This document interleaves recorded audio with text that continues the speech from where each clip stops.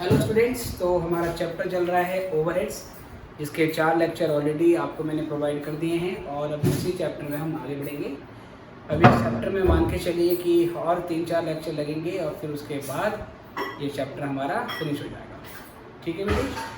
तो पिछली क्लास में आपको मैंने बताया था कि ओवरहेड एब्जॉर्प्शन रेट क्या चीज़ होती है और उसको किस तरीके से हम कैलकुलेट करते हैं, और ओवरहेड एब्जॉर्प्शन रेट को निकालने के कौन कौन से बेसिक्स होते हैं, वो सारे बेसिक्स हमने डिस्कस किए थे।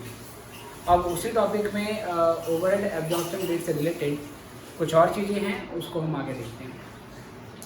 देखिए, तो आज का हमारा टॉपिक है एक्चुअल एंड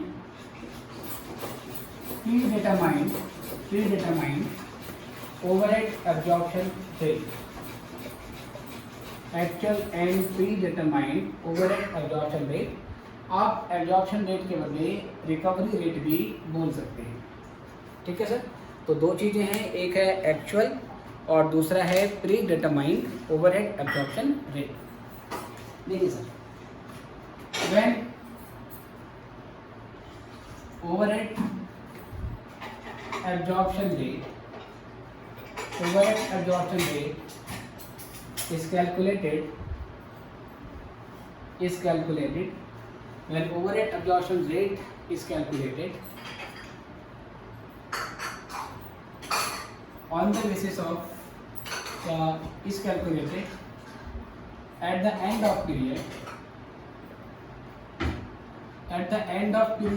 आप रेट निकाल रहे हैं by taking the actual figures of overhead incurred and units of base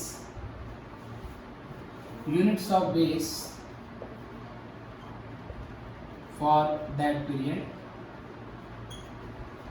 It is known as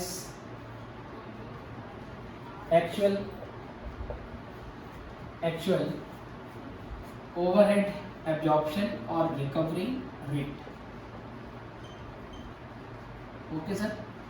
तो मैंने कहा कि जब हम ओवरहेड एब्जॉर्प्शन रेट पीरियड के एंड में निकाल रहे हैं, सपोज मान लीजिए 1 साल का हमारा पीरियड है और 1 साल के एंड में हमने मालूम किया कि कितने ओवरहेड हमने पूरे साल में इनकर किए हैं और पूरे साल के लिए हमारा ओवरहेड को एब्जॉर्ब करने का एक्चुअल बेस क्या था। तो जब हम एक्चुअल ओवरहेड को एक्चुअल बेस से डिवाइड कर देते हैं तो हमारे पास जो रेट आएगा उसको हम क्या बोलेंगे, उसको हम एक्चुअल ओवरहेड एब्जॉर्प्शन रेट बोलेंगे। तो एक्चुअल ओवरहेड एब्जॉर्प्शन रेट निकालने के लिए हमें पीरियड के एंड होने का वेट करना पड़ता है और पीरियड के एंड होने के बाद हमारे पास एक्चुअल डेटा आ जाता है और उसके बेसिस पे हम इस रेट को निकालते हैं। तो इसका फॉर्मूला क्या बनेगा बेटा? इसका फॉर्मूला बनेगा एक्चुअल ओवरहेड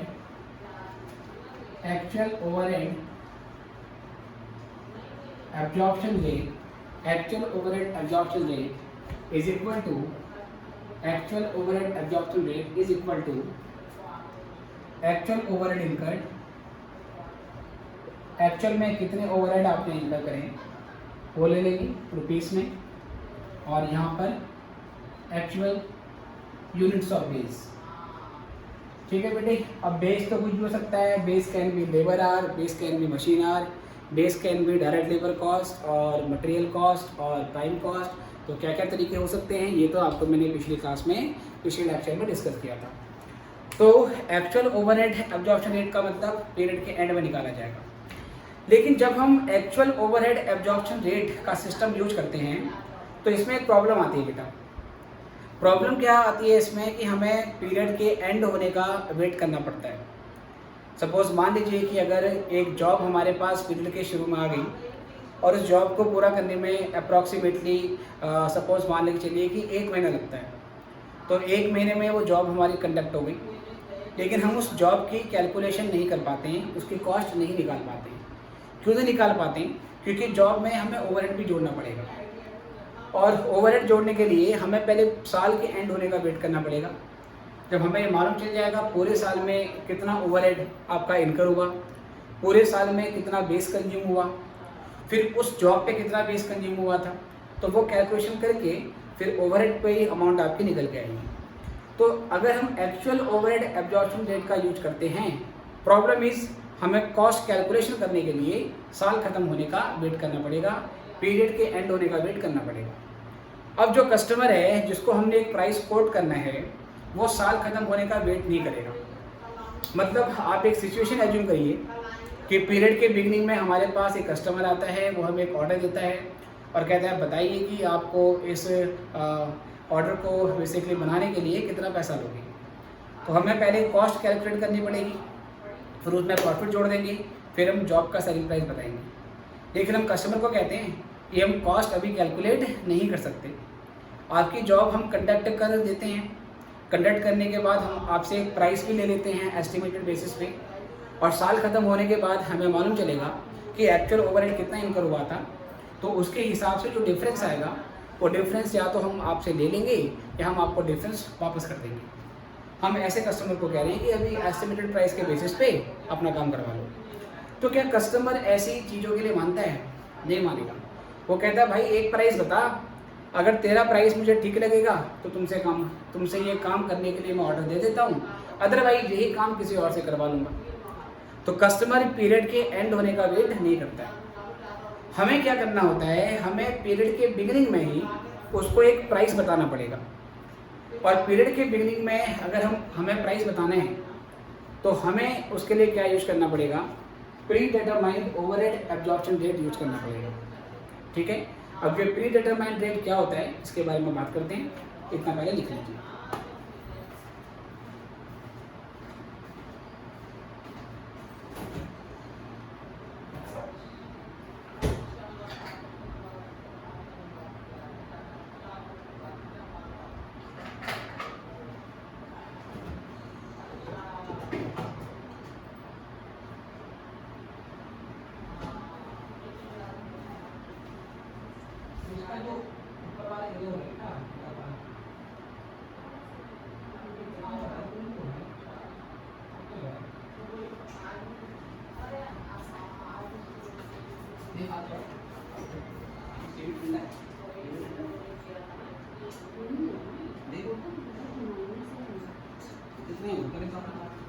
ठीक है,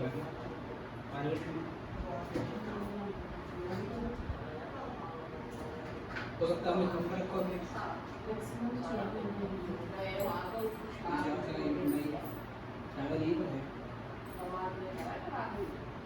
चलो कोई बना लो।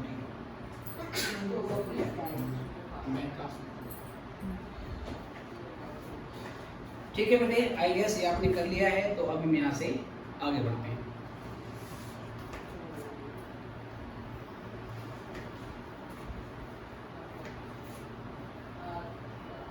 ओके सर,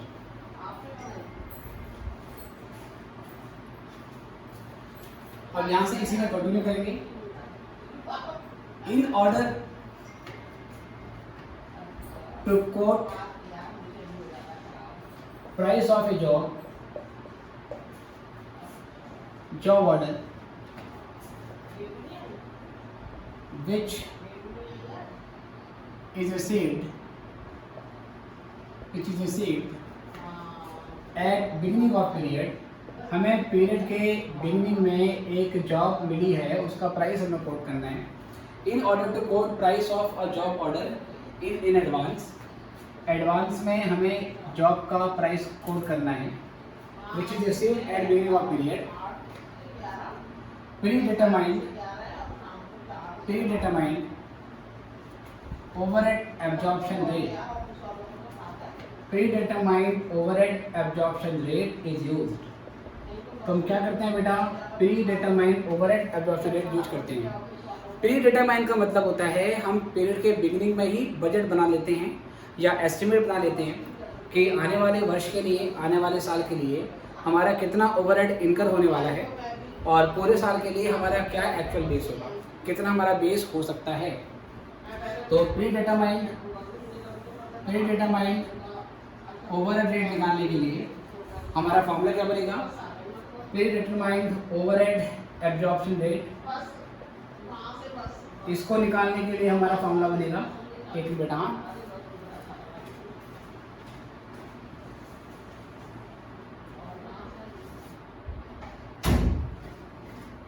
तो यहां से बेटे हमारा फॉर्मूला बनेगा, ये बनेगा बजटेड ओवरहेड। बजटेड ओवरहेड का मतलब है एस्टिमेटेड ओवरहेड आप पीरियड के बिगिनिंग में लगा रहे हो और उसके बाद आप डिवाइड कर देते हो budgeted units of base, budgeted unit of base. ठीक है बेटे, तो ये हमारा एक predetermined overhead absorption rate आ गया है, इसको रिकवरी रेट भी आप बोल सकते हो। तो पीरियड के बिगिनिंग में ही हम एस्टिमेट करते हैं प्यारे बच्चों कि इतना ओवरहेड हमारा इनकर होने वाला है, इतना हमारा बेस लगेगा, तो हम इस रेट के हिसाब से अब ओवरहेड को एब्जॉर्ब कराते रहेंगे। तो इसमें जो फिगर होती है वो बजटेड होती है, एस्टिमेटेड होती है, और ऊपर नीचे दोनों जगह हम एस्टिमेटेड अमाउंट और एस्टिमेटेड बेस का यूज करते हैं। अब ये सिस्टम काम कैसे करता है सर, इसका एग्जाम्पल देखो, पीरियड की बिगिनिंग में 1/4/2013 को हमने एस्टिमेट किया कि बजटेड ओवरहेड जो है सर, सपोज मान लीजिए वो 1 लाख रुपए के होंगे, और हमारा जो बजटेड बेस है बेटा, है ना, it can be labour hour और मशीन आर, अभी मैं लेता हूँ लेबर आर, तो 20,000 लेबर आर हम मान के चलते हैं। तो यहाँ पे आज ही पीरियड की बिगिनिंग में ही हम एक प्री डिटरमाइंड रेट निकाल लेंगे। पीरियड के बिगिनिंग में ही मैंने एज्यूम किया कि पूरे साल में 1 लाख खर्चा आएगा ओवरहेड का, और पूरे साल में 20,000 लेबर आर लगने वाले हैं डिफरेंट जॉब पे। अब इसका मैंने रेट निकाला, तो बजटेड अमाउंट ले ली जो कि 1 लाख की अमाउंट है, और बजटेड लेबर आर ले लिए जो कि 20,000 का है। तो ये डिवाइड करने के बाद आपका 5 रुपये पर लेबर आर का रेट निकल के आ जाता है। ये मैंने पीरियड के बिगिनिंग में निकाल लिया। फिर क्या हुआ सर, सेम डेट पे एक जॉब आ गई, 1/4/2013 में मेरे पास सेम डेट पे एक जॉब आ गई, जिसको मैंने नाम दिया जॉब नंबर 101। ठीक है सर, ये जॉब नंबर 101 1 अप्रैल 2013 में स्टार्ट हुई और ये कुछ दिनों में ख़त्म हो गई। 1 हफ्ते में ये जॉब हमारी ख़त्म हो गई। ठीक है सर, 1 हफ्ते में अगर ये जॉब ख़त्म हुई तो मुझे इस जॉब की अब कॉस्ट निकालनी है, और कॉस्ट निकालने के बाद फिर मैं उसमें अपना प्रॉफिट ऐड करूँगा, तो जॉब का सेलिंग प्राइस आ जाएगा। तो जब मैं जॉब का कॉस्ट निकालूंगा तो मुझे पता लगाना है डायरेक्ट मटेरियल कितना लगा, डायरेक्ट लेबर कितना लगा, और फिर उसके बाद ओवरहेड कितने लगे। ठीक है सर, डायरेक्ट मटेरियल कितना लगा, डायरेक्ट मटेरियल क्योंकि डायरेक्ट कॉस्ट है, डायरेक्ट कॉस्ट को हम आसानी से ट्रेस कर सकते हैं। तो डायरेक्ट मटेरियल के लिए मैं क्या करूँगा, मैं सिंपल ही स्टोर कीपर से पूछूंगा कि भाई स्टोर कीपर, जब ये जॉब नंबर 101 के ऊपर काम किया होगा, तो जॉब नंबर 101 के ऊपर काम करने से पहले आपसे मटेरियल मंगाया होगा, तो आप अपने डॉक्यूमेंट देख के बता दो कि जॉब नंबर 101 के लिए आपने कितना मटेरियल इशू करा। तो हमने बोला कि जॉब नंबर 101 के लिए हमने 500 रुपये का मटेरियल इशू किया था। ये जानकारी हमें इजीली स्टोर कीपर से मिल जाएगी। तो 500 रुपये का मटेरियल हमने यहाँ पे लगा दिया। डायरेक्ट कॉस्ट आसानी से ट्रेस कर सकते हैं, तो ये हमने आसानी से ट्रेस कर दी। सेम उसके बाद जो डायरेक्ट लेबर है, मतलब जॉब नंबर 101 में लेबर के कितने घंटे लगे हैं ये हमने पता लगाने हैं, ये भी हम आसानी से ट्रेस कर सकते हैं। ये कैसे ट्रेस होगा, हम जॉब कार्ड देख लेंगे, सुपरवाइजर से पूछेंगे कि सुपरवाइजर भाई बताओ जरा कि जॉब नंबर 101 के ऊपर किस लेबर ने कितने घंटे काम किया। तो सुपरवाइजर क्या करेगा, लेबर का जॉब कार्ड चेक करेगा और जॉब कार्ड देख के बता देगा कि भाई रामलाल ने जॉब नंबर 101 के ऊपर 6 घंटे काम किया था, श्यामलाल ने जॉब नंबर 101 के ऊपर सपोज 5 घंटे काम किया था। तो ऐसे वो घंटे निकाल देगा, और हर लेबर का 1-1 घंटे का रेट फिक्स होगा, तो उस अमाउंट से, उस रेट से मल्टीप्लाई करके डायरेक्ट लेबर की कॉस्ट भी आ जाएगी। तो मैं आपको कहता था ना कि डायरेक्ट लेबर को हम ट्रेस कर सकते हैं, तो ये ट्रेस हो गया। तो सर मालूम चला कि इसमें 300 रुपये खर्चा आता है लेबर का। अब हमें ये पता लगाना है कि इसमें ओवरहेड कितना आएगा। ओवरहेड को हम लेबर आर के बेसिस पे एब्जॉर्ब करवा रहे हैं। तो जॉब नंबर 101 जब खत्म हो जाएगी, उसमें रामलाल ने 6 घंटे काम किया था, श्यामलाल ने 5 घंटे काम किया था, वीरू ने 3 घंटे काम किया था, सोनू ने 15 घंटे काम किया था, ऐसे सभी वर्कर के हम घंटे जोड़ लेंगे तो हमें मालूम चला कि जॉब नंबर 101 में कुल मिलाकर 70 घंटे काम हुआ है। कितने घंटे काम हुआ है? 70 घंटे काम हुआ है। अगर 70 घंटे इस जॉब के ऊपर काम हुआ तो हम 1 घंटे का 5 रुपया ओवरहेड मान के एस्टिमेट करके रिकवर करेंगे। तो मैं क्या करूँगा, अगर 70 घंटे लगे हैं यहाँ पर और 1 घंटे के मुझे 5 रुपये रिकवर करने हैं तो मैंने 350 रुपये ओवरहेड के नाम पे रिकवर करनी है। ये करने के बाद मेरे पास जॉब की पूरी कॉस्ट आ जाएगी 500 और 3 800 में 350 जोड़ देंगे तो ये आ जाएगा 1150। ये मैंने एडवांस बेसिस पे जोड़ लिया। किस पर? एडवांस बेसिस पे। एक्चुअल ओवरहेड कितना इंकर होगा अभी मुझे नहीं पता। एक्चुअल ओवरहेड पूरे साल का तो साल खत्म होने के बाद ही मालूम चलेगा, लेकिन ये जॉब 7 दिन में खत्म हो गई है तो मुझे 7 दिन बाद कॉस्ट निकालनी है। डायरेक्ट मटेरियल एक्चुअल होगा, स्टोर कीपर से ट्रेस कर लिया। डायरेक्ट लेबर भी एक्चुअल होगा जो हमने जॉब कार्ड से ट्रेस कर लिया, लेकिन ओवरहेड एक्चुअल नहीं है। ओवरहेड में जो घंटे लगे हैं, इस जॉब में जो घंटे लगे हैं 17 घंटे, वो एक्चुअल है, वो जॉब कार्ड देख के मालूम चल जाएंगे। लेकिन 5 रुपये का रेट 1 घंटे का ये हम एस्टिमेट लेके चल रहे हैं। 1150 रुपये की कॉस्ट हमारे यहाँ से आ जाती है। इस 1150 की कॉस्ट में हम अपना प्रॉफिट जोड़ेंगे। मान लो इसमें हम 350 रुपये का अपना प्रॉफिट जोड़ते हैं तो 1150 में 350 प्रॉफिट जोड़ने के बाद 1500 रुपये जॉब का प्राइस आ जाएगा और हम कस्टमर को इनवॉइस इशू कर देंगे 1500 रुपये की, है ना, कि भैया 1500 रुपये का आपका काम बनता है तो आप हमें इतना पैसा देते हैं। बस कस्टमर ने पैसा दिया, हमने बिल इशू करा, एक जॉब की बात यहाँ पे खत्म हो गई। ऐसे ही मान लो 15 अप्रैल के बाद हमारे पास एक और जॉब आई जिसका नाम है जॉब नंबर 102। उसको पूरा करने में हमें 12 दिन लगते हैं। तो 12 दिन के बाद फिर से पता लगाएंगे कि जॉब नंबर 102 में कितना मटेरियल लगा। अगर स्टोर कीपर से पूछेंगे कि आपने जॉब नंबर 102 के लिए किस किस डेट में कितना मटेरियल इशू किया था, उसकी वैल्यू बता दो, तो वहाँ से वैल्यू मालूम चल जाएगी। जॉब नंबर 102 में इस लेबर ने कितने घंटे काम करे, सुपरवाइजर को पकड़ेंगे, वो जॉब कार्ड चेक करेगा, जॉब कार्ड से बता देगा, तो डायरेक्ट लेबर भी कॉस्ट होगी। फिर जॉब नंबर 102 में कुल मिलाकर सभी वर्कर ने सपोज 75 घंटे काम किया था या 105 घंटे काम किया था। अगर 105 घंटे लेंगे और इसमें 5 रुपये के रेट से मल्टीप्लाई करके हम अमाउंट जोड़ देंगे। ध्यान रहे जो अमाउंट हम ओवरहेड की यहाँ पे ले रहे हैं ये एक्यूरेट नहीं है, ये एस्टिमेटेड बेसिस पे है, लेकिन हम प्राइस एडवांस में बताने के लिए कस्टमर को ये काम शुरू में कर लेते हैं। हम कस्टमर को ये नहीं कह सकते कि 1 साल का वेट करो तब आपको बिल बना के दे देंगे। हमने जॉब खत्म होने के बाद इमीडिएटली कस्टमर को प्राइस बताना पड़ता है। चलिए ये भी हो गया।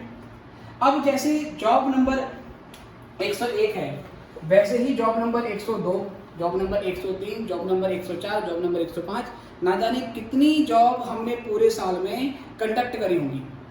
सभी जॉब पे कितने लेबर आवर लगे वो हम जोड़ लेंगे। हालांकि ऑल्दो हमने ये प्लानिंग करी थी, ये बजट बनाया था कि सभी जॉब पे कुल मिलाकर 20,000 लेबर आवर खर्च होने वाले हैं। लेकिन सर ये तो हमने प्लान किया है ना, एक्चुअल फिगर 20,000 के आसपास भी हो सकती है और 20,000 से कम ज़्यादा भी हो सकती है ना, 20,000 से कम ज़्यादा भी हो सकती है साल के एंड में। Sir at end of year, अब जरा ध्यान से देखना, एट एंड ऑफ ईयर हमें मालूम चला कि एक्चुअल जो लेबर आवर्स थे, एक्चुअल लेबर आवर्स वो 19,000 के थे। कितने हैं? 19,000 के। और साल के एंड में क्योंकि साल खत्म हो चुका है तो हमें मालूम चला एक्चुअल ओवरहेड इनकर्ड, साल के एंड में जो एक्चुअल ओवरहेड इनकर्ड हुआ है सर वो आपका आया है, मान लीजिए से 90 सपोज मान लीजिए या 1,02,000 रुपये का, 1,02,000 रुपये का आपका खर्चा यहाँ पर आता है। ये एक्चुअल है सर। 19,000 आपका खर्चा, 90,000 आपके लेबर आवर लगी एक्चुअल में, जबकि आप 20,000 मान के चल रहे थे, और एक्चुअल ओवरहेड जो आपने 1,00,000 खर्चा किया था वो 1,02,000 का खर्चा हो गया। अब एक समस्या आएगी, आप हर जॉब में 5 रुपये पर आवर के हिसाब से, 5 रुपये पर आवर के हिसाब से ओवरहेड जोड़ रहे थे। जो जॉब खत्म होती गई उसके एक्चुअल घंटे निकाली और एक्चुअल घंटे में 5 रुपये के हिसाब से आप ओवरहेड जोड़ रहे थे। जॉब नंबर 101 में गया ऐसा, जॉब नंबर 102 में करा, 103 में करा, 105 में करा, ऐसे करते करते करते सभी जॉब में कुल मिला के 19,000 का ओवरहेड, 19,000 का लेबर आवर आपका लगा है। तो टोटल ओवरहेड आपने कितने जोड़ दिए होंगे 5 रुपये के रेट के हिसाब से। तो अब मैं यहाँ से क्या करूँगा बेटा, अब मैं यहाँ से बोलूँगा ओवरहेड एब्जॉर्ब। हमने ओवरहेड कितने एब्जॉर्ब करे हैं? टोटल मिला के 19,000 घंटे आपके लगे हैं। आप एक पर 5 रुपये का रेट ले रहे थे, तो 95,000 की अमाउंट आप ओवरहेड के नाम पे डिफरेंट जॉब से रिकवर कर चुके हो। ठीक है, ये 19,000 एक जॉब का नहीं है सर, ये सभी जॉब का टोटल लेबर आ रहे हैं, जिसमें जॉब नंबर 101 के 70 घंटे इंक्लूड है। तो जो जो जॉब खत्म होती गई उसके आप घंटे जोड़ते गए और 5 रुपये के रेट से ओवरहेड को रिकवर करते गए। टोटल घंटे सभी जॉब में एक्चुअल में लगे हैं 19,000 और आपने 5 रुपये के रेट के हिसाब से 95,000 रिकवर करा दिए।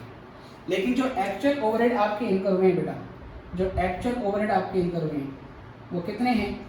एक्चुअल आपके इनकम हुए हैं 1,02,000। अब मुझे आपको ये सोच के बताना है, आपने ये सोच के बताना है, हमने जो 95,000 रुपये अलग अलग जॉब में एब्जॉर्ब करवाए हैं, हमने 95,000 रुपये जो अलग अलग जॉब में ऐड करे हैं, ये अमाउंट एक्चुअल अमाउंट से कम है या एक्चुअल अमाउंट से ज़्यादा है? तो आप ये समझ पा रहे होंगे कि मैंने ओवरहेड के नाम पर केवल 95,000 का अमाउंट अलग अलग जॉब में जोड़ा है, जबकि एक्चुअल खर्चा 1,02,000 का हो गया था।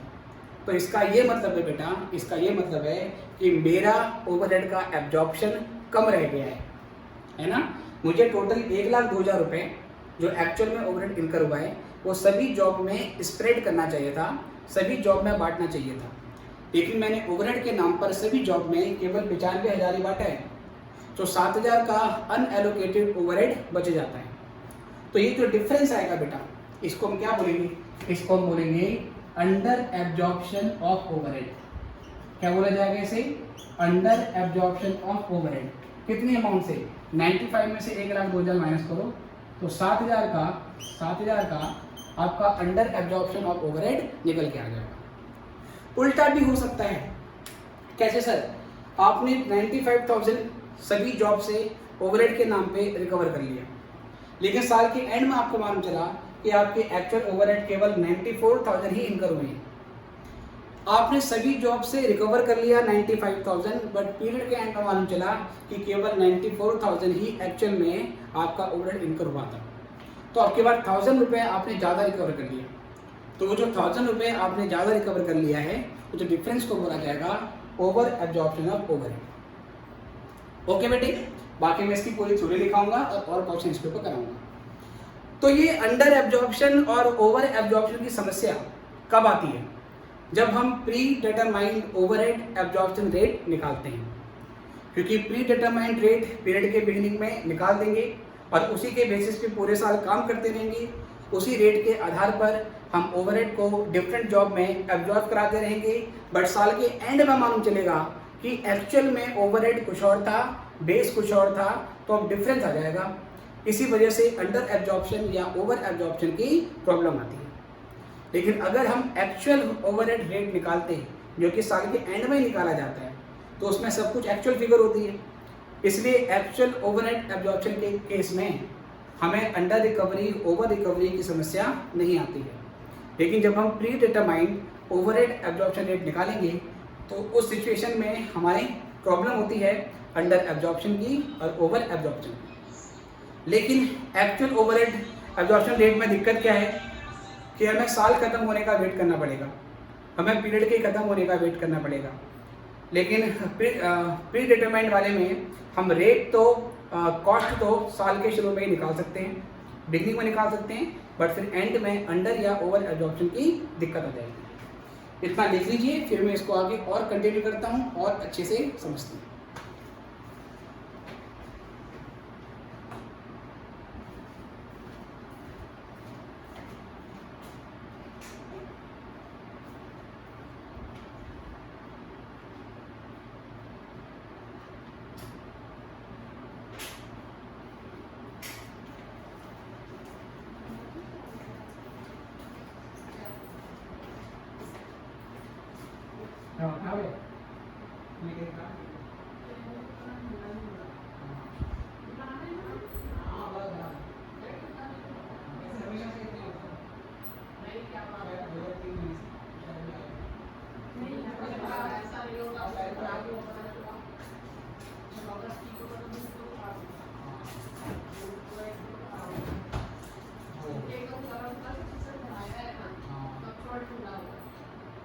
हाँ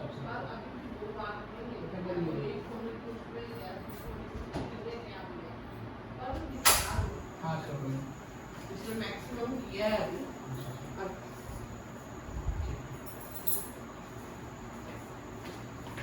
चलो बच्चों, आई गैस आपने कर लिया है, तो अब यहाँ से इसको आगे करते हैं और उसकी थ्योरी को हम कंटिन्यू करेंगे। चलिए,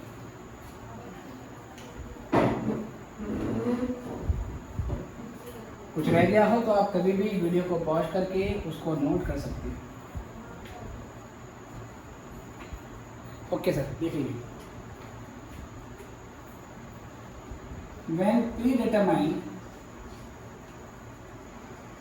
when predetermined overhead absorption rate is used, when predetermined overhead absorption rate is used, then overheads are absorbed in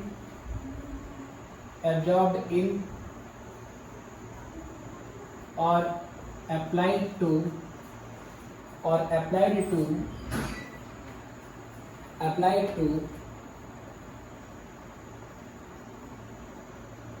different jobs on the basis of actual units of base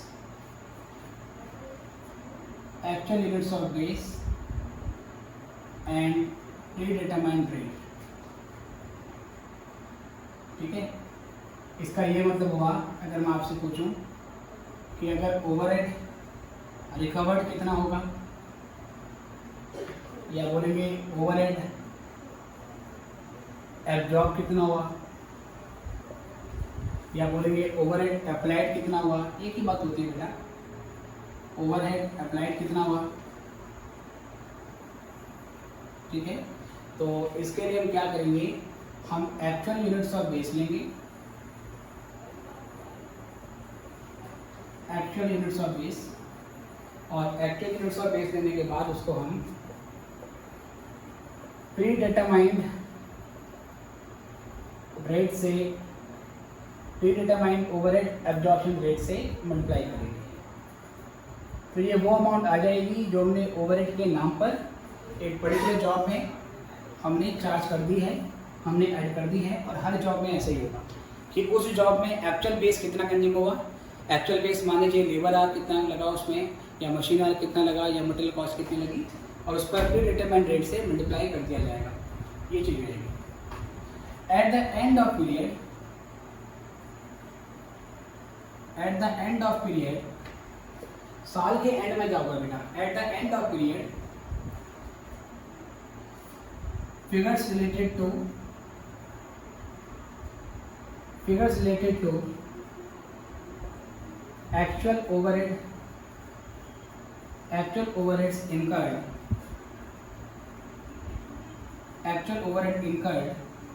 and actual units of base are obtained। Period के end में हमें मालूम चल जाएगा कि कितना overhead actual में इनकर हुआ है पूरे साल में, और कितना बेस हमारा एक्चुअल में कंज्यूम हो गया है डिफरेंट जॉब में, और उन सब के बेस को हमने यहाँ पर ऐड कर लिया। ये करने के बाद यहाँ से हम आगे देखेंगे बेटे, ये करने के बाद यहाँ से आगे देखेंगे। अगर ऐसे हुआ, ठीक है बेटे, प्लीज़ इग्नोर दी विषय ऑफ प्रेशर कुकर, वो खाना बन रहा है तो आप यहाँ फोकस करेंगे, ठीक है। Don't feel hungry, book of नहीं करना है। At end of period, figures related to actual overheads incurred and actual units of base are obtained if, अगर बेटा ऐसे हुआ कि जो ओवरहेड आपने रिकवर करे हैं, कैसे करें बेटा, उसके लिए ये फॉर्मूला आपने यूज करें। अगर ओवरहेड रिकवर्ड की अमाउंट ज़्यादा आती है ओवरहेड इनकर्ड से, देन जो डिफरेंस आएगा बेटा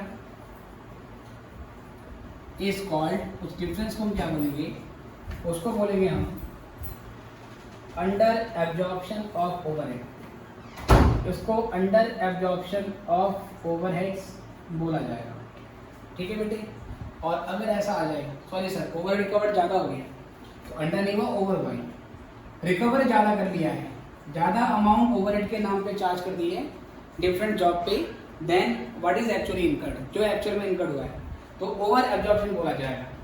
और दूसरी पॉसिबिलिटी ऐसे हुआ, अगर ओवरहेड रिकवर्ड या एब्जॉर्ब कम है और ओवरहेड एक्चुअली इनकर्ड है ना सर, ये ओवरहेड इनकर्ड कौन सा वाला है, एक्चुअल ओवरहेड। ओवरहेड इनकर्ड जो है वो ज़्यादा है, तो इसका मतलब हमारा जो डिफरेंस है, हमारा जो एस्टिमेशन है वो कम बैठ गया है। और जब एस्टिमेशन कम बैठेगा तो जो वो डिफरेंस होगा, difference is called under absorption of overhead, इसको अंडर एब्जॉर्प्शन ऑफ ओवरहेड बोलेंगे। ओके बच्चों, तो ये लिखें, फिर मैं अभी क्वेश्चन कराऊंगा आपको न्यूमेरिकल एग्जांपल और फिर उसके ऊपर और आगे बढ़ेंगे। इतना लिख लीजिए पहले।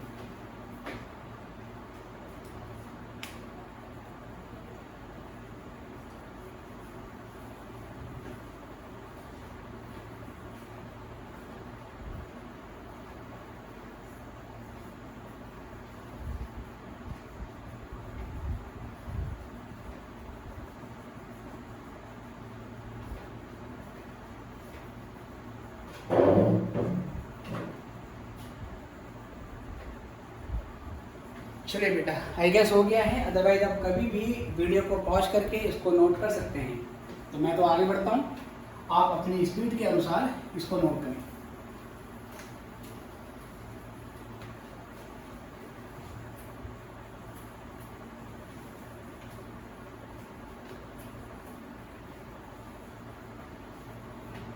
चलिए अब यहाँ से बेटा आगे देखेंगे, हम यहाँ से आगे बढ़ते हैं। So we have one example for this.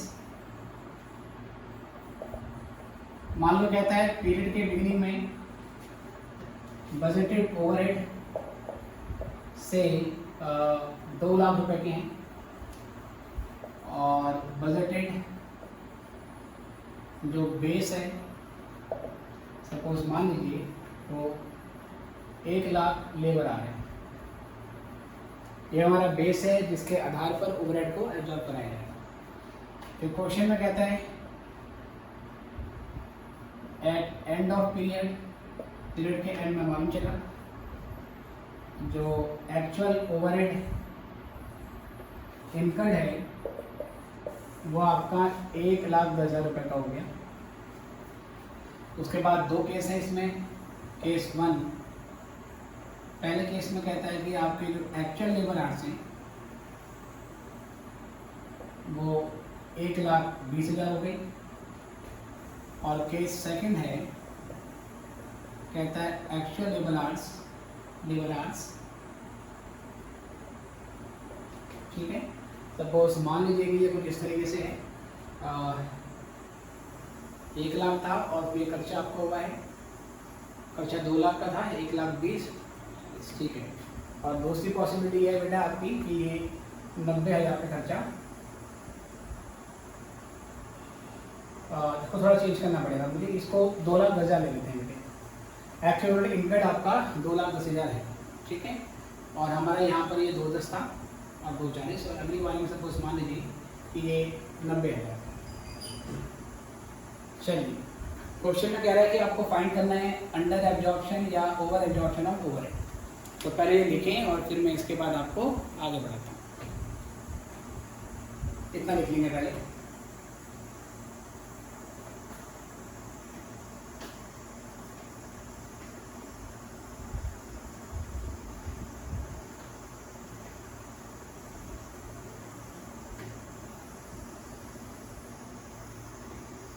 चलिए सर, तो दोनों केस के लिए पहले आपको क्या करना पड़ेगा, दोनों केस के लिए पहले pre determined overhead absorption rate निकालना पड़ेगा। Pre determined overhead absorption rate, और ये हम कैसे निकालेंगे, उसके लिए बजटेड ओवरहेड लेंगे और इसको बजटेड बेस से डिवाइड कर देंगे। तो ये हो जाएगा हमारा 2 लाख डिवाइड बाय 1 लाख, और ये करने के बाद प्यारे बच्चों ₹2 पर आवर का रेट आपका आएगा। ठीक है बेटे, अब केस 1 की बात करेंगे। पहले निकालेंगे हम ओवरहेड रिकवर्ड, और I should say overhead absorb, और I should say overhead applied. इसका क्या होता है, इसमें एक्चुअल बेस लेंगे क्योंकि लेबर आवर्स हैं, और इसकी प्री डिटरमाइंड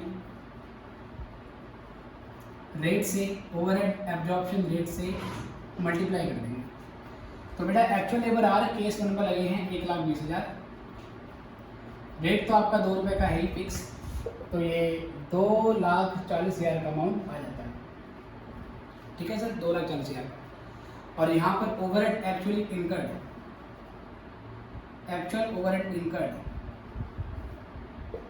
ये आपका दे रखा है, सेम है 2,10,000 रुपये का। अब बेटा देखें ध्यान से, ओवरहेड के नाम पर आप डिफरेंट जॉब से टोटल 2,40,000 रुपये रिकवर कर चुके हो, या 2,40,000 की अमाउंट आप अलग अलग जॉब में in the name of overhead add कर चुके हो, लेकिन एक्चुअल खर्चा जो आपका हुआ वो 2,10,000 होगा। तो इसका मतलब आपने ओवरहेड के नाम पे ज़्यादा अमाउंट अपने जो प्रोडक्ट हैं, अपनी जो जॉब है उनमें जोड़ दी, या ज़्यादा अमाउंट आपने कस्टमर से रिकवर कर ली, क्योंकि ultimately overhead part of cost था, फिर कॉस्ट में प्रॉफिट जोड़ने के बाद सेलिंग प्राइस आया, वो टोटल अमाउंट आपने कस्टमर से लिया है। तो कस्टमर से ना कि आपने प्रॉफिट लिया, आपने कस्टमर से कॉस्ट भी लिया, इसलिए क्या बोलते हैं ओवरहेड रिकवर्ड। तो आपने डिफरेंट जॉब से रिकवर करे 2,40,000, लेकिन एक्चुअल में कितना हुआ 2,10,000। तो आपका ओवर एस्टिमेशन हो गया है, आपने ज़्यादा अमाउंट रिकवर कर लिया। तो यहाँ पर क्योंकि ये अमाउंट ज़्यादा है ये इससे, तो डिफरेंस जो आएगा उसको क्या बोलेंगे, उसको बोलेंगे over absorption, over absorption of overheads. इसको ओवर एब्जॉर्प्शन ऑफ ओवरहेड्स बोलेंगे। तो 2,40 में से 2,10 को माइनस कर दो बेटे, तो ये 30,000 का आपका ओवर एब्जॉर्प्शन हो गया। ठीक है सर, इसी में बेटा अगर मैं केस सेकंड कर लूँ, सपोज मान लीजिए मैं केस सेकंड की फिगर यहीं पे कर देता हूँ। ये केस 1 था, केस 1 मेरा ये वाला पोर्शन हो गया। केस सेकंड में आपके जो एक्चुअल लेबर आ रहे हैं बेटे वो 90,000 है ना, 90,000 है बेटा, और ₹2 का रेट है आपका, तो 1,80,000 रुपये आपने ओवरहेड के नाम पे रिकवर किए हैं केस नंबर सेकंड में। एक्चुअल ओवरहेड अभी भी आपके 2,10,000 के हैं। तो क्या मतलब है इसका, ओवरहेड के नाम पे आपने सभी जॉब से केवल 1,80,000 रुपये रिकवर किए हैं, जबकि एक्चुअल में आपने ओवरहेड 2,10,000 का खर्च किया था। अब के बाद बेटा आपका यहाँ 30,000 का शॉर्ट आ गया है ना, पहले 30,000 एक्सेस था, अब 30 का शॉर्ट आ गया। तो जो आपका ये 30,000 का शॉर्ट आएगा बेटा, इसको क्या बोलेंगे, इसको भी हम बोलेंगे अंडर एब्जॉर्प्शन ऑफ ओवरहेड। ये ओवर था बेटा, और इसको क्या बोला जाएगा, इसको अंडर एब्जॉर्प्शन बोला जाएगा। तो ये इस तरीके से हमने रिकवर कर लिया। ठीक है सर, तो ये ओवर एब्जॉर्प्शन और अंडर एब्जॉर्प्शन की समस्या तभी आएगी जब आप प्री डिटरमाइंड रेट निकालते हैं। इसको नोट करेंगे, फिर उसके बाद अगले मुद्दे की ओर बढ़ेंगे। जल्दी कीजिए।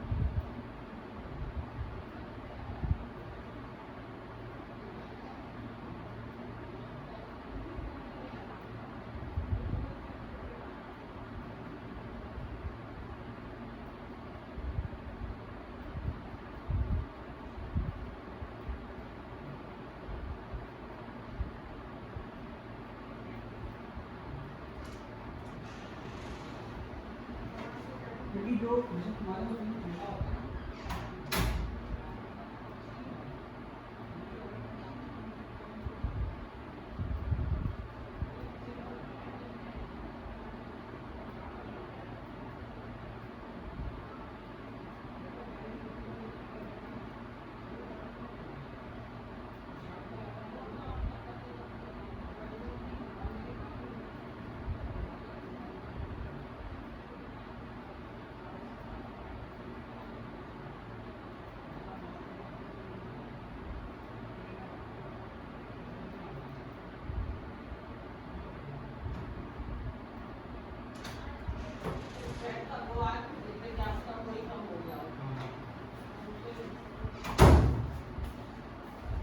चलो बेटा, आई गेस ये भी आपने कर लिया है। और अब हमने देखना है कि ये जो अंडर रिकवरी या ओवर रिकवरी ऑफ ओवरहेड आती है, अब इस डिफरेंस का करेंगे क्या।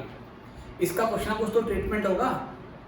हमारी किताबों में, हमारी बुक्स में ये 30 का डिफरेंस आ गया है, अब कुछ तो करेंगे इसका। ये थोड़ी कि डिफरेंस को छोड़ दो, कुछ ना कुछ तो अकाउंटिंग ट्रीटमेंट इसका होगा। तो अब वो ट्रीटमेंट कैसे करेंगे उसके बारे में बात करते हैं। चलिए सर, ध्यान से देखना।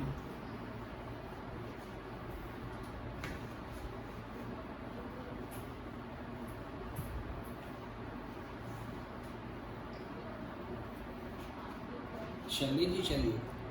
तो यहाँ से हम आगे बढ़ेंगे। So let us move toward next portion. How to adjust या हाउ टू ट्रीट अंडर और ओवर एब्जॉर्प्शन ऑफ ओवरहेड। ये जो ओवरहेड का अंडर या ओवर एब्जॉर्प्शन आया है, इसको ट्रीट कैसे करेंगे, क्या इसका ट्रीटमेंट है। How to adjust under and over absorption of overheads. ठीक है बेटे, क्या इसका ट्रीटमेंट किया जाए। तो बेटा बहुत सारे केसेस हैं आपके पास, बहुत सारे ऑप्शन है। पहला आपके पास ऑप्शन क्या है, option first, right off the difference. Difference का मतलब ये जो अंडर या ओवर एब्जॉर्प्शन है उसको राइट ऑफ कर दो, खत्म कर दो। बाय ट्रांसफर टू, ठीक है बेटा, शॉर्ट पर लिख दिया transfer, T/F, transfer to costing profit and loss account. ठीक है, सिंपली इसको costing profit and loss account में जाके ट्रांसफर कर दो। Write off the difference by transfer to costing profit and loss account. मतलब अगर अंडर एब्जॉर्प्शन आया है, आपने कम खर्चा बेसिकली रिकवर किया है, कम खर्चा रिकवर करोगे तो आपका लॉस है। तो अंडर एब्जॉर्ब अमाउंट को आप costing profit and loss account में एक्सपेंस मान के डेबिट कर देते हैं और वो खत्म हो जाता है। और अगर ओवर एब्जॉर्प्शन होता है, इसका मतलब जितना खर्चा आपने इनकर किया था उससे ज़्यादा आपने रिकवर कर लिया है, तो ओवर रिकवरी आपके लिए प्रॉफिट होता है और ये profit costing profit loss account में क्रेडिट कर दिया जाएगा। ठीक है ना। अंडर एब्जॉर्प्शन है तो लॉस है, क्योंकि खर्चा किया ज़्यादा, रिकवर कम किया। और ओवर रिकवरी आपका प्रॉफिट होता है, कम खर्च किया है लेकिन रिकवर ज़्यादा कर लिया, तो उसी के हिसाब से कॉस्टिंग प्रॉफिट लॉस में एंट्री कर देगी। नॉर्मली ये ट्रीटमेंट तब किया जाता है जब अंडर एब्जॉर्ब ओवर एब्जॉर्ब का अमाउंट बहुत ज़्यादा बड़ा नहीं होता, छोटा अमाउंट होता है। क्योंकि अगर अमाउंट एबनॉर्मली हाई होगी, अगर डिफरेंस एबनॉर्मली हाई है और ये आप कॉस्टिंग प्रॉफिट लॉस अकाउंट में डालोगी तो उस साल का नेट प्रॉफिट सिग्निफिकेंटली बढ़ सकता है या घट भी सकता है। तो नॉर्मली ये प्रेफर कब करना है आपका, जब डिफरेंस क्या हो, छोटा हो। दूसरा क्या है sir, option number second. Option number second है carry forward to next period. इसको अगले पीरियड के लिए कैरी फॉरवर्ड कर दो। अगले पीरियड के लिए कैरी फॉरवर्ड करने का मतलब है कि अगर इस साल अंडर एब्जॉर्प्शन ऑफ ओवरहेड हुआ था, इस साल आपने कम खर्चा रिकवर किया है, तो इस साल का बचा हुआ खर्चा आप अगले साल की जॉब में से रिकवर कर लेना। अगर इस जॉब में 10 रुपये कम जोड़े हैं तो अगला जो ऑर्डर आएगा, अगले पीरियड में जो आपका ऑर्डर आएगा उससे 10 रुपये ज़्यादा ले लेना। लेकिन ये जो ट्रीटमेंट है बेटा, ये मैचिंग कॉन्सेप्ट के अगेंस्ट है, क्योंकि इस पीरियड की कॉस्ट आप अगले पीरियड से रिकवर कर रहे हो। सेम ऐसे ही अगर ओवर रिकवरी हो गई है, मतलब इस जॉब में आपने 20 रुपये ज़्यादा ले लिए हैं in the name of overhead, तो अगले पीरियड की जो जॉब आएगी उससे 20 रुपये कम ले लेना। मतलब एक कस्टमर का शॉर्टेज दूसरे कस्टमर से रिकवर कर लो, या कस्टमर ना बोल के जॉब बोल दो कि एक जॉब का शॉर्टेज दूसरे से रिकवर कर लो, या एक जॉब का एक्सेस दूसरे को बेनिफिट दे दो। नॉर्मली ये एब्सेंट है और ये केवल हम थ्योरेटिकल पर्पज़ के लिए करते हैं, प्रैक्टिकली इसको अप्लाई नहीं किया जाता है, पर थ्योरेटिकली हाँ ये पॉसिबिलिटी होती है। नॉर्मली ये उस केस में होता है जब आपका अकाउंटिंग पीरियड लंबा होता है, एक साल से ज़्यादा होता है। मतलब आप क्या करना चाहते हैं कि अपने ओवरहेड एब्जॉर्प्शन रेट को छेड़ना नहीं चाहते। आप 4 साल का 5 साल का एक पीरियड ले लेते हैं, कहते हैं 4 साल के लिए 5 साल के लिए एक हमने कांस्टेंट रेट निकाल लिया है, हम उसी रेट से काम करते हुए चलेंगे, जो भी डिफरेंस आएगा उसको क्यूमुलेटिव बेसिस पे एडजस्ट करते रहेंगे। नॉर्मली ऐसा होता नहीं है, तो it is only a theoretical possibility, केवल थ्योरी के लिए पढ़ना है। तीसरा केस बेटा, तीसरा केस क्या आपका, ये क्या है जो मोस्ट प्रैक्टिकली यूज किया जाता है, calculate supplementary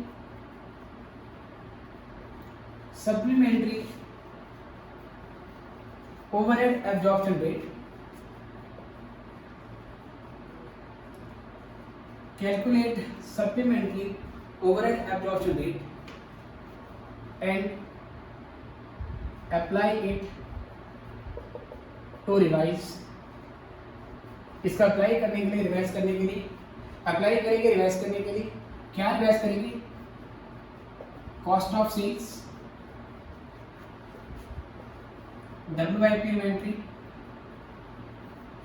and to revise cost of sales, cost of WIP inventory and finished good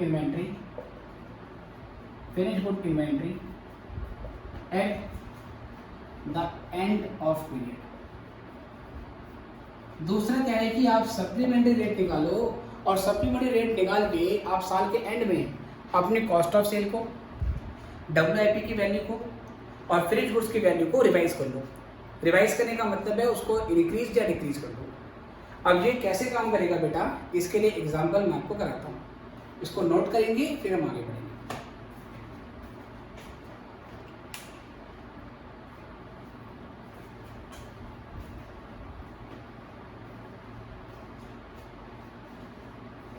चलिए, आई गेस आपने कर लिया है, अदरवाइज अगेन आप वीडियो को पॉज करके इसको नोट कर सकते हैं। तो यहाँ से अब मैं आगे बढ़ूँगा।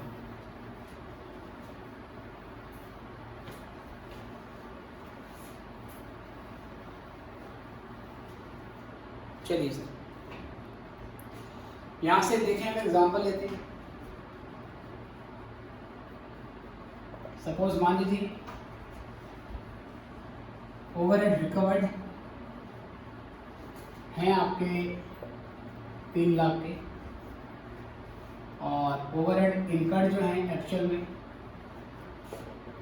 वो है 3,50,000 और साल के एंड में कहता है कि आपकी जो कॉस्ट ऑफ सेल है, जो कॉस्ट ऑफ सेल है बेटा वो आपकी 6 लाख की है। WIP इन्वेंट्री आपके 3 लाख की है और फिनिश गुड्स इन्वेंट्री ये आपकी 1 लाख है। तो आपको क्वेश्चन में आप सप्लीमेंट्री रेट निकालना है और सप्लीमेंट्री रेट निकालने के बाद आपने cost of sale, WIP inventory और फिनिश्ड इन्वेंट्री के वैल्यू को रिवाइज करना है। तो बेटा ये कैसे काम करेगा, ध्यान से देखिए। पहले आप क्या करेंगे, first of all you need to calculate whether it is over absorption of overhead और अंडर एब्जॉर्प्शन ऑफ ओवरहेड, पहले ये पता लगाना है। उसके लिए हम इन दोनों अमाउंट को कंपेयर करेंगे। ओवरहेड आपने एक्चुअल में रिकवर करे हैं डिफरेंट जॉब से 3 लाख रुपए के, लेकिन एक्चुअल ओवरहेड जो आपने इनकर किया है वो 3.5 लाख कर दिया है। इसका ये मतलब हुआ कि आपने कम अमाउंट एब्जॉर्ब करी है, कम अमाउंट आपने एब्जॉर्ब करी है। कितना बेटा, डिफरेंस निकालेंगे इसका डिफरेंस आएगा 50,000 का। तो यहाँ से बोल सकते हैं in this case under absorption of overhead आया है, अंडर एब्जॉर्प्शन ऑफ ओवरहेड। मैं सिंपली इन दोनों का डिफरेंस लेता हूँ बेटा। अंडर एब्जॉर्प्शन क्यों है, आई होप ये बात समझ में आ रही होगी। रिकवर कम किया है, इनकर ज़्यादा हो गया, 50,000 का यहाँ से आ गया। उसके बाद फिर हम क्या करेंगे sir, supplementary overhead absorption rate निकालेंगे sir, supplementary overhead absorption rate. इसके लिए क्या करेंगे, ये जो अंडर एब्जॉर्ब्ड अमाउंट आई है, कितनी बेटा, अंडर एब्जॉर्ब्ड अमाउंट आई है 50,000 की। इस 50,000 की अमाउंट को हम इसकी टोटल कॉस्ट से, ठीक है बेटे, cost of sale, WIP inventory, inventory, इनकी टोटल कॉस्ट से क्या कर देंगे, डिवाइड कर देंगे। इनका जो टोटल अमाउंट है बेटा वो 10 लाख का आता है। तो ये 50,000 को मैंने क्या करा, 10 लाख से डिवाइड कर दिया। 50,000 को 10 लाख से डिवाइड करने के बाद कितना आएगा, इसको अगर आप कैलकुलेट करना चाहें तो ये 50,000 से 50 है, इसका मतलब ये 4 जीरो से ये 4 जीरो कैंसिल, बचा 5/100, तो ये 0.05 आ गया। या आप अगर इसे परसेंटेज में कन्वर्ट करना चाहिए तो आपको 100 से इंटू कर लो, तो ये आपका 5% बन जाएगा। ठीक है सर। अब यहाँ से क्या करेंगे सर, अब यहाँ से लिखेंगे under absorbed amount applied to cost of sale. अब कॉस्ट ऑफ सेल बेटा आपकी 6 लाख रुपए की है, इस 6 लाख का 5% निकाल लो या 0.05 कर लो, तो यह आ जाएगा 30,000। और उसके बाद WIP इन्वेंट्री 3 लाख है बेटा, 3 लाख का 5% या 0.05 15,000। Finish goods inventory 1 lakh into 0.05, तो ये हो गया 5,000। ये टोटल बेटा 50,000 आया था, 50 का डिफरेंस यहाँ पर बढ़ गया। अब ये होने के बाद क्या करोगे फिर आप, revised cost of sale. Cost of sale पहले 6 लाख थी, 6 लाख में ये 30,000 और प्लस कर लो, तो रिवाइज कॉस्ट ऑफ सेल आ जाएगी 6,30,000। रिवाइज्ड WIP इन्वेंट्री तो बेटा 3 लाख था, 3 लाख में 15,000 प्लस कर लो, तो 3,15,000, 3,15,000। और अगर फिनिश गुड इन्वेंट्री है बेटा रिवाइज, तो ये 1 लाख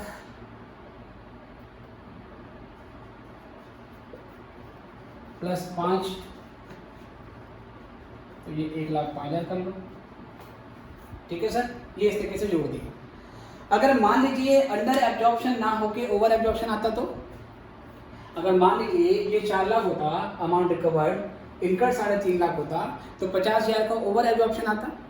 तो पहले सप्लीमेंट्री रेट था ऐसे निकालते हैं, सप्लीमेंट्री रेट ऊपर over absorb amount divide by total. फिर डिफरेंस क्या होता, जो मैंने प्लस किया बेटा, ये प्लस करने के बाद के बदले माइनस हो जाता। तो ओवर रिकवरी के केस में हम रिवाइज कॉस्ट निकालते वक्त माइनस कर देंगे, क्योंकि ओवर रिकवरी का मतलब है ज़्यादा रिकवर कर लिया है, तो उस बेनिफिट को हम कॉस्ट ऑफ सेल में, WIP इन्वेंट्री में और फिनिश गुड इन्वेंट्री में दे देंगे, जिससे इनकी वैल्यू कम होने लगेगी। अंडर एब्जॉर्प्शन हमारा लॉस होता है, जिसको दोबारा बांटेंगे तो हमारी कॉस्ट बढ़ने लग जाती है। ठीक है सर, तो ये आपको यहाँ से ध्यान रखना है।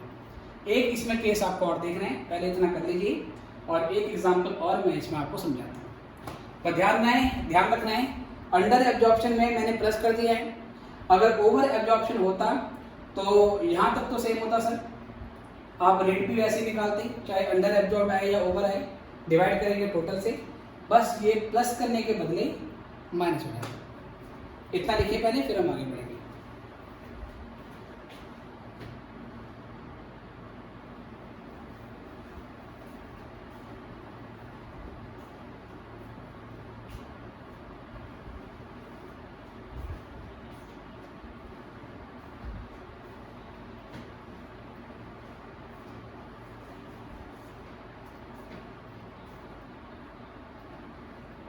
चलिए बेटा, अब यहाँ से आगे बढ़ेंगे। आई होप आपने कर लिया है, अदरवाइज वीडियो को पॉज करके आप कभी भी नोट कर सकते हैं।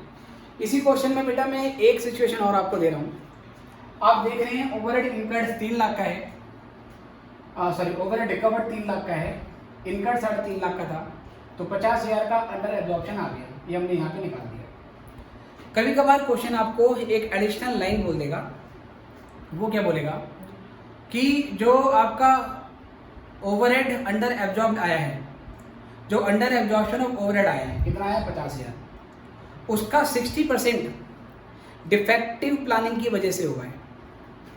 हमने पीरियड के बिगिनिंग में एक प्लान बनाया था, वो प्लान ही गलत था, उसकी वजह से हमारा अंडर एब्जॉर्प्शन का अमाउंट आया है, जो कि 60% पोर्शन आपको बोला गया है।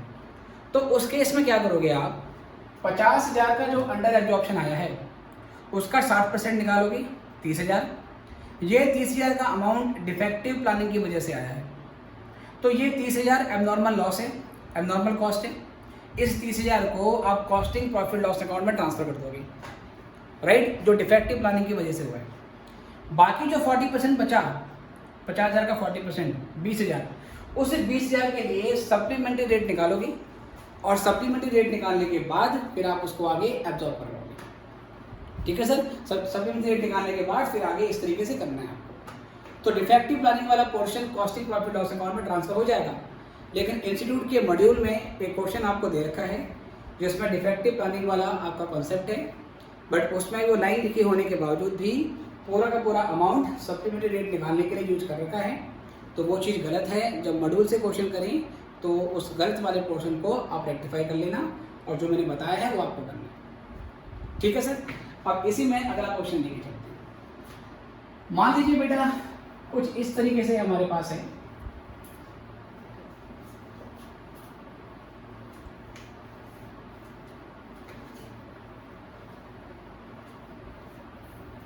चलो हमें क्वेश्चन में कहता है कि जो कॉस्ट ऑफ सेल है इसकी अमाउंट हमें नहीं दी, हमें दे दिया क्वांटिटी। कहता है इसकी 10,000 यूनिट्स हैं। ठीक है सर, कहता है इसकी हमारे पास 6,000 यूनिट्स हैं, या चलो 6 नहीं, इसको हम 8 ले लेते हैं, 8,000 यूनिट्स हैं।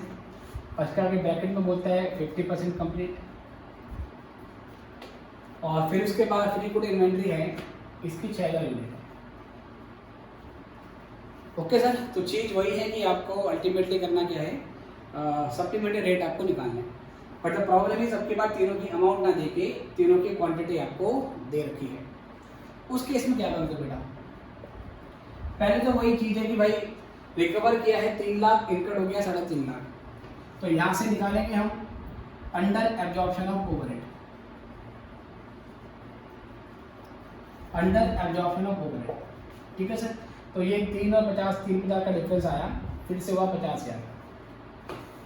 फिर यहाँ से supplementary overhead absorption rate, supplementary rate आपको यहाँ से लेके चलना है। तो पहले 50,000 का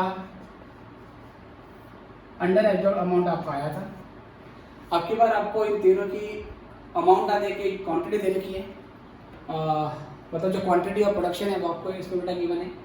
तो अब आप क्या करोगे, डिवाइड करोगे टोटल क्वांटिटी से ही, लेकिन ये कॉस्ट ऑफ सेल है बेटा 10,000 यूनिट, ये पूरा 10,000 लोगे, 8,000 यूनिट है लेकिन ये 50% ही कंप्लीट है, तो इसको आप 50% ही निकालना पड़ेगा, क्योंकि ये यूनिट अगर आधी कंप्लीट है तो भी आधा ही देना है इसको। ठीक है सर, बाकी दोनों का डिग्री ऑफ कंप्लीशन नहीं दिया तो ये 100% के बराबर है।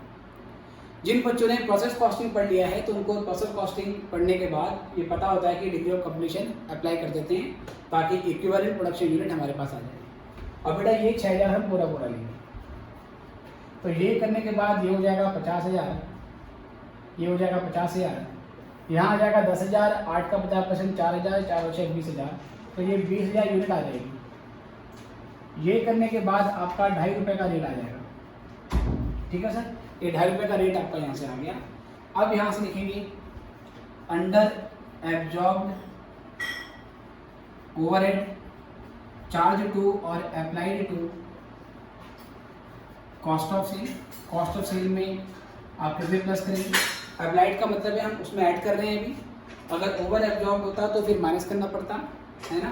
कॉस्ट ऑफ सेल, तो कॉस्ट ऑफ सेल की 10,000 यूनिट है, 10,000 यूनिट पे आपको 2.5 का रेट लगा देना है, तो ये 25,000 रुपये वहाँ पे आपका ऐड हो जाएगा।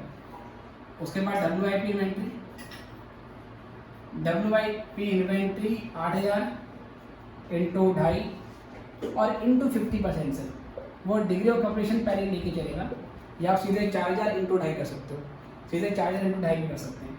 तो 4 इंटू 2.5 करने के बाद ये 10,000 आ जाएगा,